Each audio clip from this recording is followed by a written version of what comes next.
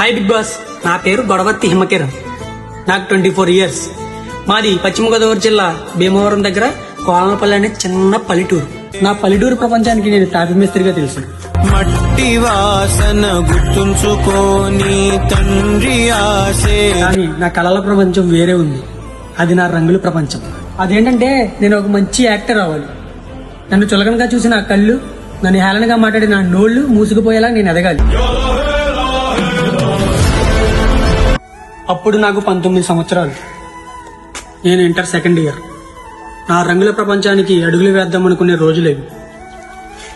అప్పుడు నా జీవితంలో జరిగిన ఓ దుర్ఘటన నన్ను కృంగిపోయేలా చేసింది. నేనున్నాను అని చెప్పి నా చెయ్యి పట్టి నడిపించే మా నాన్న యాక్సిడెంట్ జరిగి ఆ రోజు నాకు దూరం అయిపోయారు. ఒక్కసారిగా నా కలలన్నీ చెదిరిపోయాయి.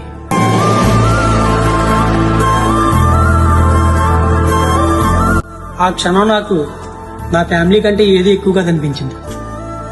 చదువు ఆపేసి నేను పనిలో చేరి నా ఫ్యామిలీని చూసుకుంటూ జీవితాన్ని సాగిస్తున్నాను. ఈ మిడిల్ క్లాస్ లైఫ్ లీడ్ చేయాలంటే అంత ఈజీ కాదు. మనం ఏం సాధించాలన్నా కొన్నిసార్లు మనకున్న ప్రాబ్లమ్స్, మనకున్న బాధ్యతలు ఒక పెద్ద గోడలా కనబడతాయి.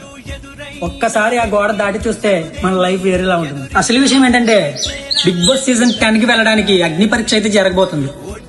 నేనైతే బిగ్ బాస్ కి వెళ్ళాలనుకుంటున్నాను. మీ సపోర్ట్ నాకు కావాలి. మీరు తలుచుకుంటే కొండ మీద కోతినైనా చెప్పగలరు. నేను బిగ్ బాస్ కి వెళ్ళాలనుకోవడానికి కారణం ఏంటంటే నా లైఫ్ లో ఎదురుపడిన ఒక సంఘటన. అదేంటంటే నేను రోడ్డు మీద వెళ్తున్నప్పుడు ఒక హోటల్ పక్కన, ఒక డస్ట్బిన్ పక్కన ఒక మనిషి అయితే కూర్చుని ఉన్నాడు. అతను ఏం చేస్తున్నాడా అని చూసేసరికి అతను ఒంటి మీద నూలు పోగు బట్టలు కూడా లేవు. అతను ఏం చేస్తున్నాడు తెలుసా?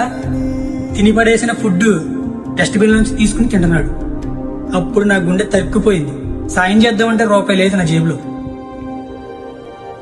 ఇక్కడ ఇతను ఒకడే, ఎక్కడెక్కడో ఎంతో మంది. నాకు అప్పుడు అనిపించింది, మనం బతికే బ్రతుక్కి ఒక అర్థం ఉండాలంటే ఇలాంటి వాళ్ళకి మనం కడుపు నింపాలి కదా అని. నేను అందుకే బిగ్ బాస్కి వెళ్దామను. ఇప్పుడు నాకు వీళ్ళ కడుపు నింపే అవకాశం వచ్చింది. ఇప్పటి వరకు నాకు ఉన్నంతలో సాయం చేసుకుంటూ వచ్చా. ఇప్పుడు నేను అనుకున్నంతలో సాయం చేయాలనుకుంటున్నా. పెద్ద సాయమే. ఇప్పుడు నాలాంటి మిడిల్ క్లాస్ కామన్ మ్యాన్ కి బిగ్ బాస్ ఒక అవకాశం ఇచ్చింది.